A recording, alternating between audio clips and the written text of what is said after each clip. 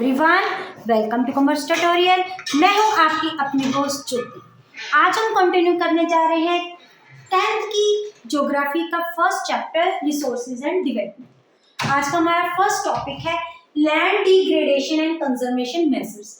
सबसे पहले लैंड का मतलब क्या होता है, हमारी लैंड, इसके बारे में हमने लास्ट सेशन में देखा था कि लैंड हमारा एक रिसोर्सेज होता है जिसको हम कैसे किन किन वे से क्या कर सकते हैं, यूटिलाइज कर सकते हैं।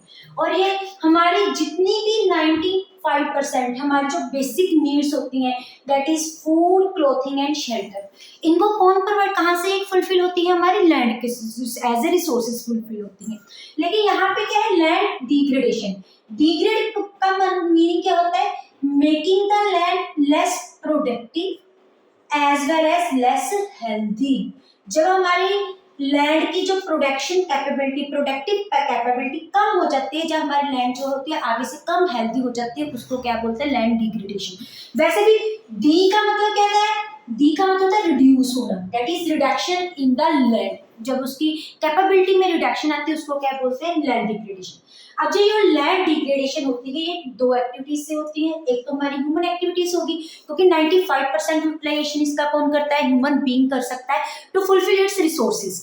दूसरी हमारी कौन से होते हैं, नेचुरल फोर्सेज। नेचुरल फोर्सेज कैसे होते हैं, जैसे अर्थक्वेक आ जाना, फैमिन आ जाना, ड्रोट आ जाना। जैसे जैसे सुनामीज आती है तो लैंड की जो फर्टिलिटी है, फर्टाइल लैंड क्या हो जाती है, सॉइल खराब हो जाती है। दूसरी तरफ है ह्यूमन एक्टिविटी। ह्यूमन व्यक्ति अपनी नीड्स को फुलफिल करने के लिए लैंड की ओवर यूटिलाइजेशन कर रहे हैं, अलग अलग सोर्सेज में उसकी ओवर यूटिलाइजेशन कर रहे हैं, जिसके कारण जो हमारी लैंड है, एक तो उसकी हेल्थ पे इफेक्ट पड़ता है, दूसरी उसकी प्रोडक्शन कैपेबिलिटी क्या हो रही है, रिड्यूस हो रही है। सबसे पहले क्या है, माइनिंग। अब माइनिंग क्या होता है, हम कुछ भी माइंस वगैरह कुछ अर्थ को एक्सट्रैक्ट करते हैं, उसमें से कोल निकालते हैं, पेट्रोलियम निकालते हैं, नेचुरल गैस निकालते हैं, जब और अलग अलग जो माइनिंग करके कोल वगैरह निकालते हैं। जब हमारा काम कंप्लीट हो जाता है माइनिंग का, जो पायरिंग का, उसके बाद लैंड को ऐसे ही डीप डक्ट क्या कर दिया जाता है, छोड़ दिया जाता है, जिसके कारण लैंड की फर्टिलिटी क्या होती है, लैंड की डिग्रेडेशन होनी शुरू हो जाती है। और इंडिया में हमारे जो स्टेट है, जैसे कि मध्य प्रदेश होगी, झारखंड होगी, छत्तीसगढ़ होगी या उड़ीसा होगी, ये ऐसी स्टेट है जिसका माइनिंग के कारण लैंड की क्या होती है, डिग्रेडिंग होती है। नेक्स्ट है हमारी ओवर ग्रेजिंग। अब ओवर ग्रेजिंग का मतलब क्या होता है, ग्रेजिंग करना। अब ग्रेजिंग कौन करते हैं, हमारे लाइव स्टॉक करते हैं। लाइव स्टॉक में क्या आते हैं, इसमें सिर्फ काउ और बफेलोज नहीं आती, बल्कि इसमें शीप, गोट, हॉर्सेस, हर टाइप ऑफ चीजें आ जाती है। इन सबको कंबाइन हम क्या बोलते हैं, लाइव स्टॉक बोलते हैं, जिनका मेन मोटिव क्या होता है, ग्रेज करने के लिए वो जाते हैं। जब जरूरत से ज्यादा ह्यूमन बीइंग अपने कैटल्स की, अपने लाइफ स्टॉक की क्या करवाते हैं, ग्रेजिंग करवाते हैं, उसके कारण जो हमारी लैंड की जो फर्टिलिटी है, जो लैंड की डिग्रेडेशन होती है। और हमारे जो स्टेट्स हैं इंडिया की, मध्य प्रदेश, राजस्थान और गुजरात, और इनमें हमारी लैंड की डिग्रेडेशन हुई है ड्यू टू ओवरग्रेजिंग के कारण। नेक्स्ट हमारा इरिगेशन। अब इरिगेशन क्या होती है, सिंचाई के साधन, जिनकी हेल्प से वाटर सप्लाई, जो हमारे सोर्सेज बनाए हुए थे, जिसके साथ हम क्या करते हैं, अपने क्रॉप्स की प्रोडक्शन करते हैं। अगर जरूरत से ज्यादा इरिगेशन फैसिलिटीज प्रोवाइड की जाए, उसके कारण क्या होता है, जैसे भी हमारे डिफरेंट यहाँ पे क्रॉप्स हम यहाँ पे प्रोवाइड कर रहे हैं, न्यू प्रोडक्शन करते हैं, वहां पे इनके एरिया में क्या हो जाती है, वाटर लॉगिंग हो जाती है। जब इरिगेशन करते हैं, इनकी इरिगेशन होती है किसकी हेल्प से, पानी की हेल्प से होती है, ये ट्यूबवेल्स की हेल्प से होती है, टैंक्स की हेल्प से होती है, कैनल्स की हेल्प से होती है, ताकि हमारी क्रॉप्स को पानी प्रोवाइड किया जाए, जिनकी उनकी प्रोडक्शन क्या हो सके, इंक्रीज हो सके। जब जरूरत से ज्यादा ओवर इरिगेशन होती है, उनके कारण यहाँ क्रॉप्स में, छोटी छोटी क्रॉप्स में क्या होती है, वाटर लॉगिंग हो जाती है। वाटर लॉगिंग का मतलब होता है पानी खड़ा हो जाता है। जब पानी उसमें खड़ा हो जाता है तो उस तक पानी पहुंच जाता है, तो ऑक्सीजन का लेवल क्या होता है, कम हो जाता है, जिसका नेट इफेक्ट पड़ता है क्या, हमारी जो यहाँ सॉइल में एक तो क्या होते हैं, साल्टनेस आ जाती है, दूसरी वहां पे क्या होता है, एल्काइलनेस ज्यादा रहती है, जिसके कारण हमारी लैंड की क्या होती है, डिग्रेडेशन होती है।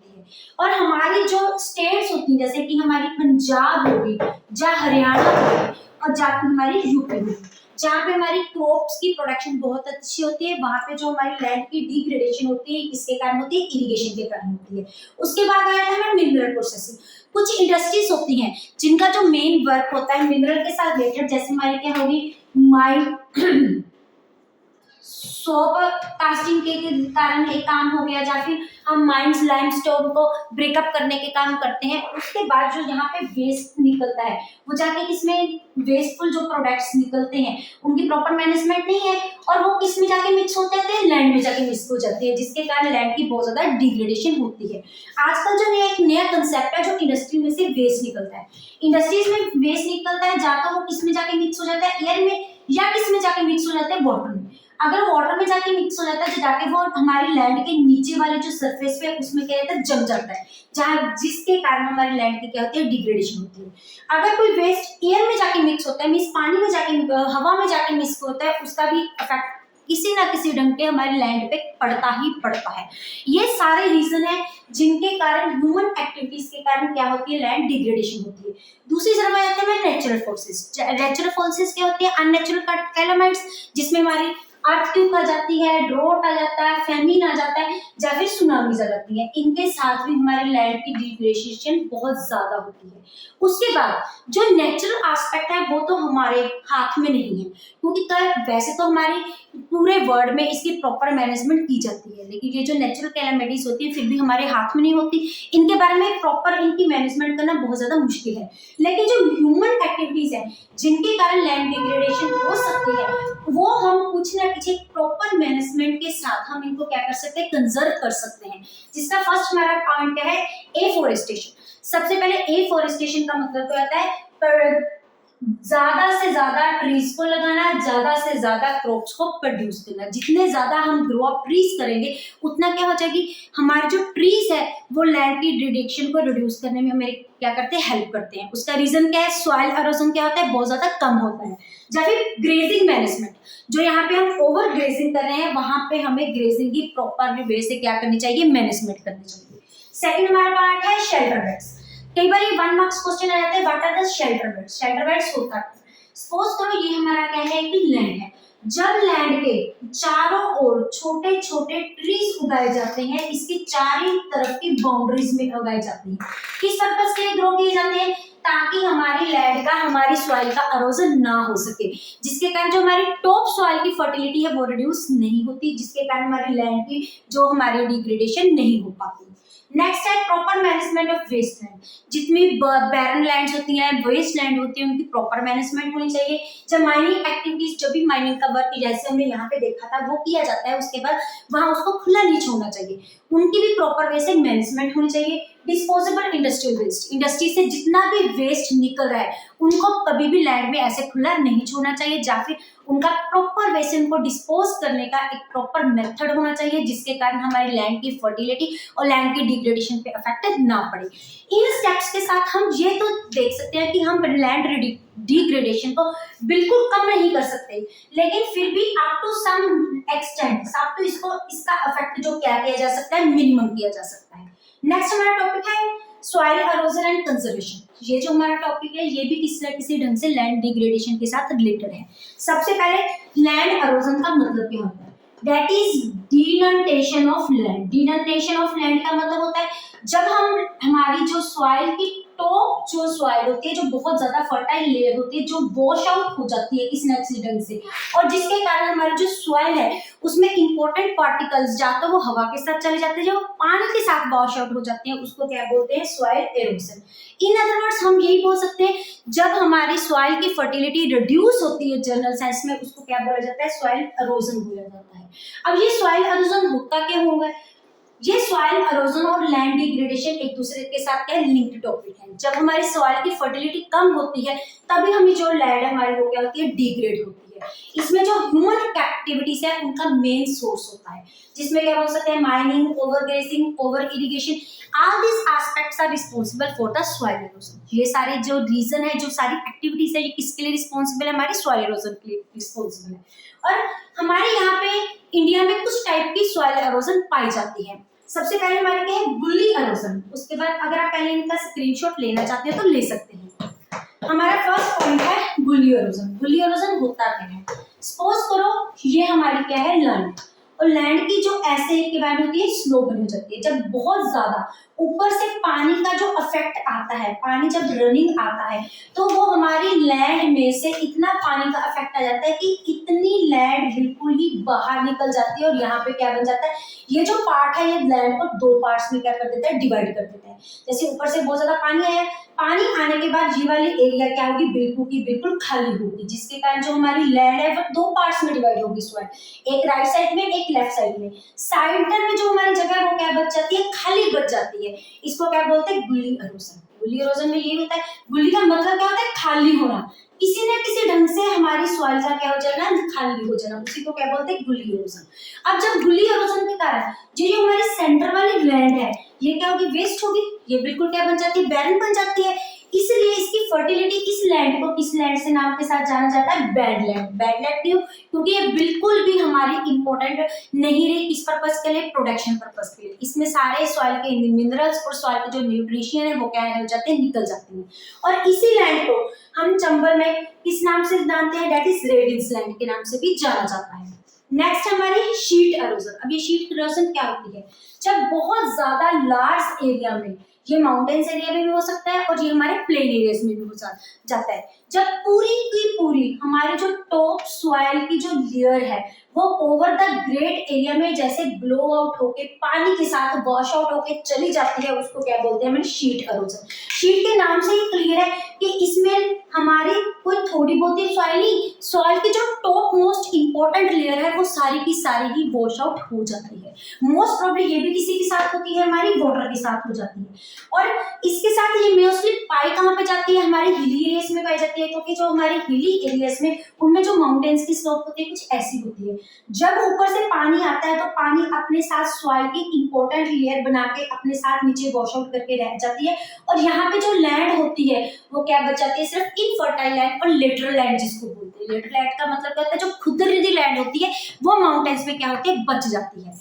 और इसके बाद ये और इसमें रिवर वैलीज में भी पानी जाती है। रिवर वैलीज में जो पानी है, बारिश बहुत ज्यादा होती है और वो पानी जो होता है बाहर से ऊपर से आता हुआ, रिवर्स अपने साथ आती सारी पानी की जो है इंपॉर्टेंट लेयर अपने साथ ले जाती है, इसको क्या बोलते हैं, शीट इरोजन। नेक्स्ट हमारा विंड इरोजन। विंड के नाम से ही क्लियर है, विंड का मतलब होता है हवा। जब बहुत ज्यादा हवा चलती है, हवा जब अपने साथ हवा की स्लोप के साथ पूरी की पूरी सॉइल के इंपॉर्टेंट सॉइल को अपने साथ उड़ा के ले जाते हैं, उसको क्या बोलते हैं, विंड इरोजन। और राजस्थान में बहुत ज्यादा ड्राइनेस होने के कारण, बहुत ज्यादा पानी कम होने के कारण जो वहाँ पे टेम्परेचर बहुत ज्यादा हाई होता है और वहाँ पे विंड बहुत ज्यादा ब्लो करती है, जिसके कारण वहाँ पे कौन से इरोजन पाया जाता है, विंड इरोजन पाया जाता है। अब इसको भी कंजर्व करने के कुछ इंपॉर्टेंट पॉइंट्स हैं। सबसे पहले क्या हमारा काउंटर ब्लफिंग। ये काउंटर ब्लफिंग होता क्या है, काउंटर ब्लफिंग क्या होता है, ये प्लेन एरिया में भी किया जा सकता है और एज वेल एज हमारे हिमाचल प्रदेश, हमारे हिमालयस के एरियाज में भी इसको अप्लाई किया जा सकता है। जब हम हमारे स्लोप ऑफ लैंड में, जैसे ये हमारी क्या है, एक हिमालयस की एक माउंटेन है, जहाँ की स्लोप में जैसे जैसे अगर हम ट्रीज ग्रो अप करते हैं, क्रॉप्स ग्रो अप करते हैं, तो उसका क्या होता है, ऊपर से जब बारिश आती है तो ये जो टॉप मोस्ट सॉइल है वो उसको अपने साथ नीचे बहा के ले जाती है, जिसके कारण की लैंड की फर्टिलिटी बहुत ज्यादा क्या होती है, डिग्रेड हो जाती है। काउंटर ब्लफिंग में क्या होता है, स्लोप के अकॉर्डिंग उसकी ऑपोजिट डायरेक्शन में हम क्या करते हैं, क्रॉप्स ग्रो करते हैं। जैसे कि हमारे माउंटेन की डायरेक्शन कौन सी, ये है, इसकी ऑपोजिट डायरेक्शन में क्या किया जाता है, क्रॉप्स ग्रो की जाती है। इसका रीजन, जब ऊपर से रेन आती है तो हमारी लैंड की फर्टिलिटी जहाँ पे क्रॉप्स ग्रो की जाती है वहां पे प्रॉपर वे से सस्टेन रहती है, जिसके कारण हमारी सॉइल का इरोजन नहीं होता।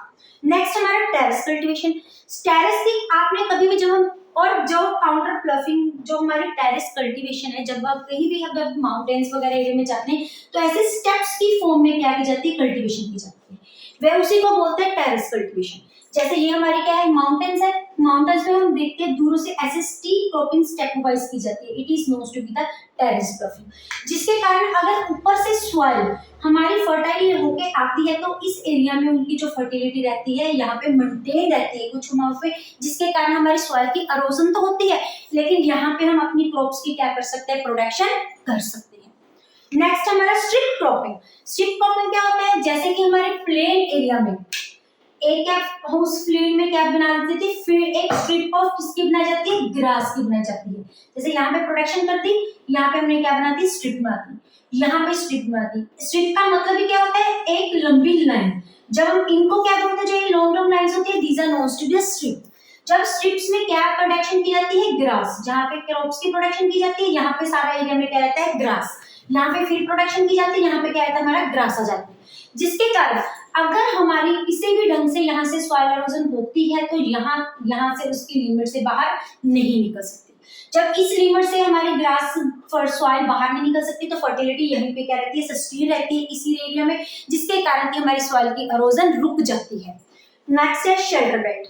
शेल्टर बेल्ट हम ऑलरेडी कर ही चुके हैं। इसमें क्या होता है, हमारी जो पीस ऑफ लैंड है, इस पीस ऑफ लैंड की सारी की इसको शेल्टर प्रोवाइड किया जाता है। शेल्टर के नाम से क्लियर है, शेल्टर का मतलब क्या होता है, शेल्टर प्रोवाइड करना। शेल्टर किसके साथ प्रोवाइड किया जाता है, हमारे ट्री के साथ किया जाता है।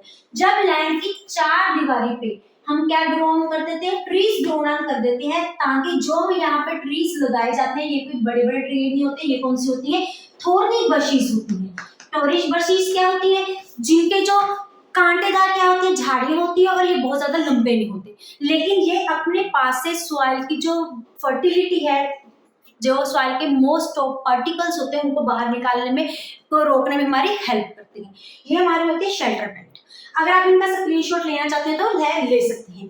इसी के साथ हमारा ये टॉपिक खत्म होता है, और नेक्स्ट वीडियो में we will take into account types of the soil resources. Video अच्छी लगे इसको लाइक करें, ज्यादा से ज्यादा शेयर करें, चैनल को सब्सक्राइब करना ना भूलें। Thank you, have a nice day.